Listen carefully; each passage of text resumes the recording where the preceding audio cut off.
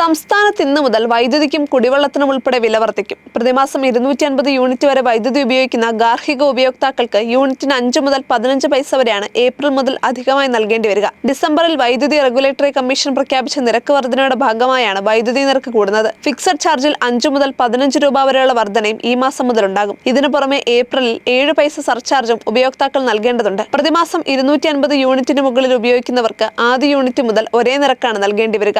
ഈ വിഭാഗത്തിലുള്ള ഉപയോക്താക്കൾക്ക് വിവിധ സ്ലാബുകളിലായി 25 പൈസ വരെയാണ് വർധന. നിരക്ക് വർധനയിലൂടെ 357.28 കോടി രൂപയുടെ അധിക വരുമാനമാണ് KEB ലക്ഷ്യമിടുന്നത്. വൈദ്യുതിക്ക് പുറമെ വെള്ളത്തിനും വില കൂടും. വെള്ളക്കരത്തിൽ 5% വർധനയുണ്ടായേക്കും. കേന്ദ്ര സർക്കാർ വ്യവസ്ഥ പ്രകാരമാണ് ഈ വർധന. ജനങ്ങൾക്കുണ്ടാകുന്ന ബുദ്ധിമുട്ട് കണക്കിലെടുത്ത് കഴിഞ്ഞ വർഷം സംസ്ഥാന സർക്കാർ ഇത് ഒഴിവാക്കിയിരുന്നു. ഇക്കുറി ഇത് സംബന്ധിച്ച് ഉത്തരവുകളൊന്നും വന്നിട്ടില്ല. അതിനാൽ നിരക്ക് വർധന ഉണ്ടായേക്കുമെന്ന വിവരമാണ് അധികൃതർ നൽകുന്നത്. ഇതിനു പുറമെ ടോൾ, ഭൂനികുതി, കോടതി ഫീസ് തുടങ്ങിയവയും വർദ്ധിക്കും. ഭൂമിയുടെ പാട്ടനിരക്കും പരിഷ്കരിച്ചിട്ടുണ്ട്. ഇലക്ട്രിക് വാഹനങ്ങളുടെ നികുതി പുനഃക്രമീകരണവും ഈ മാസം ഉണ്ടാകും. കോൺട്രാക്ട് ക്യാരേജ് നികുതി ഘടന ഏകീകരിക്കുന്നതിനാൽ ടൂറിസ്റ്റ് ബസ്സുകളുടെ നിരക്കിലും വർധനയുണ്ടാകും. 15 വർഷം കഴിഞ്ഞ വാഹനങ്ങളുടെ നികുതി 50% വർദ്ധിക്കും. ടോൾ നിരക്കും വർദ്ധിക്കും. കാറുകൾക്ക് 5 രൂപയും വലിയ വാഹനങ്ങൾക്ക് 15 രൂപയും എന്ന നിരക്കിലാണ് ദേശീയപാത അതോറിറ്റി ടോൾ നിരക്ക് വർദ്ധിപ്പിച്ചിട്ടുള്ളത്.